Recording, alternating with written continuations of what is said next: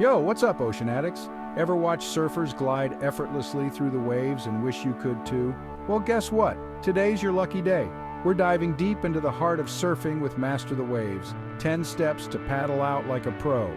Getting to the lineup is half the battle, and we're breaking down every step of the way. Whether you're a total beginner or looking to level up your game, this video is your ticket to ride. So grab your board, wax up, and let's get ready to shred. Let's do this. Alright, step 1 to becoming a paddle out pro is knowing where to paddle out.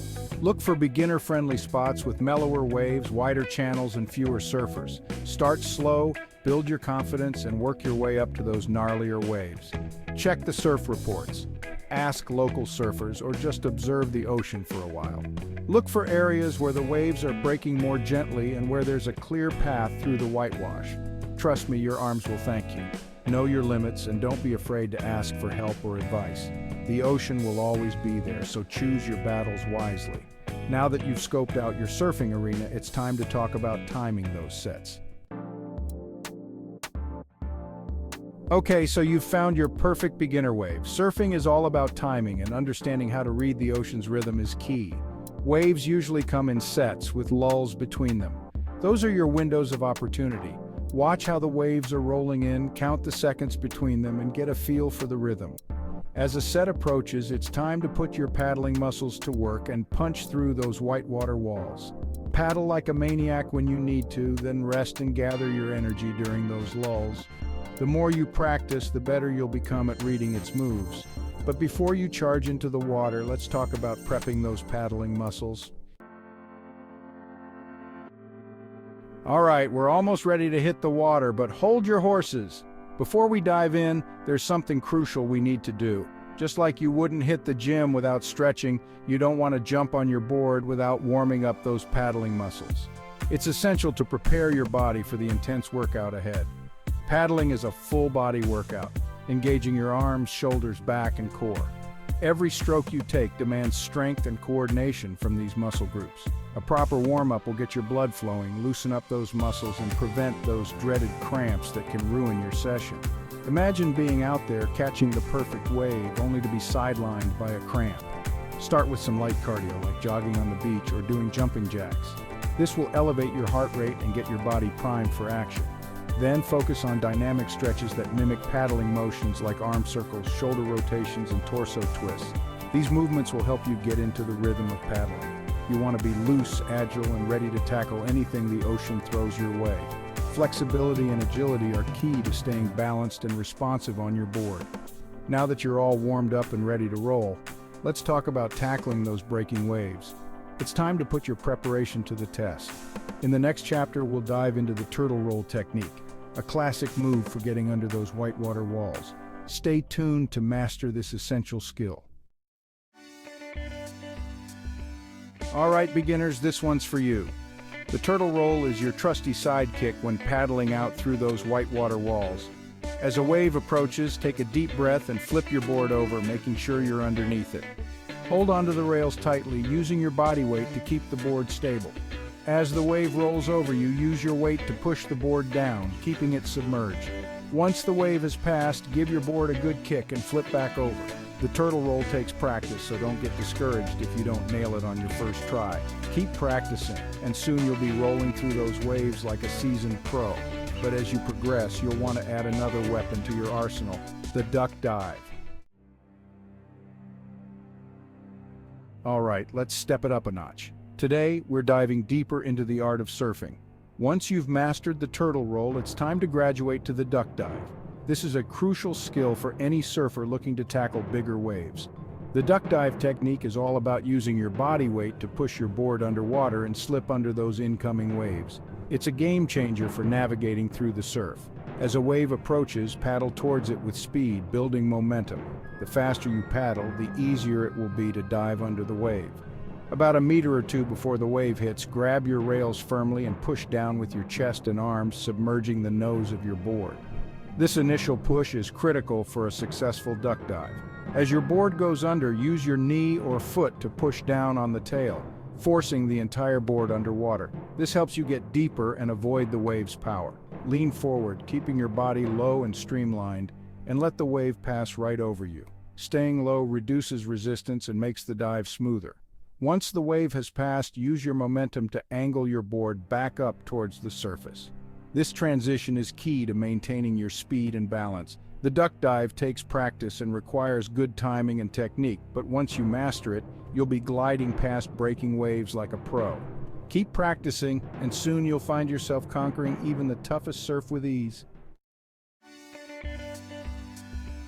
So you're ripping through waves like a boss, but your arms are starting to feel like noodles? It's a common scenario for many surfers, especially when you're giving it your all out there. Don't worry, we've all been there. It's all part of the learning curve and the journey to becoming a better surfer. Paddling out can be a serious workout, so conserving energy is key to a successful surf session. It's not just about strength, but also about strategy and technique. Efficient paddling technique is crucial. It can make the difference between catching that perfect wave and missing it entirely. Use powerful rhythmic strokes, engaging your core and back muscles. This not only propels you forward, but also helps in maintaining balance and stability. Keep your chest lifted, your core engaged, and your head up looking ahead. This posture reduces drag and increases your paddling efficiency. Don't waste energy fighting against currents or paddling in the wrong direction. It's all about working smarter, not harder. Read the ocean, find those channels where the water flows outward and use them to your advantage. These channels can give you a free ride out past the breakers. Use the lulls between sets wisely. These moments are perfect for resting and preparing for the next wave. Take a breather, catch your breath, and let your muscles recover. This downtime is essential for maintaining your stamina throughout the session. By conserving your energy, you'll be able to maximize your time in the water and catch more waves. It's all about longevity and making the most of your surf session. Now that you're a paddling pro, let's talk about reading the ocean like a book. Understanding the ocean's patterns and rhythms will elevate your surfing game to the next level. All right, time to tap into your inner oceanographer. Reading the ocean is like learning a secret language, and understanding its clues will make you a better surfer. Start by observing the waves. Look for areas where the waves are breaking less intensely or where the water seems to be flowing outwards. These are often channels, deeper areas where the water is calmer and easier to paddle through. Pay attention to the wind direction. Offshore winds create cleaner and more surfable waves, while onshore winds can make the waves choppy. Watch how the currents move. By reading the ocean, you'll be able to make smarter decisions about where to paddle out, how to avoid strong currents, and ultimately, how to catch more waves. Now that you can read the ocean like a book, let's talk about maintaining a steady pace. Remember the story of the tortoise and the hare? Well, paddling out is kind of like that. It's not about being the fastest, but about maintaining a steady and consistent pace.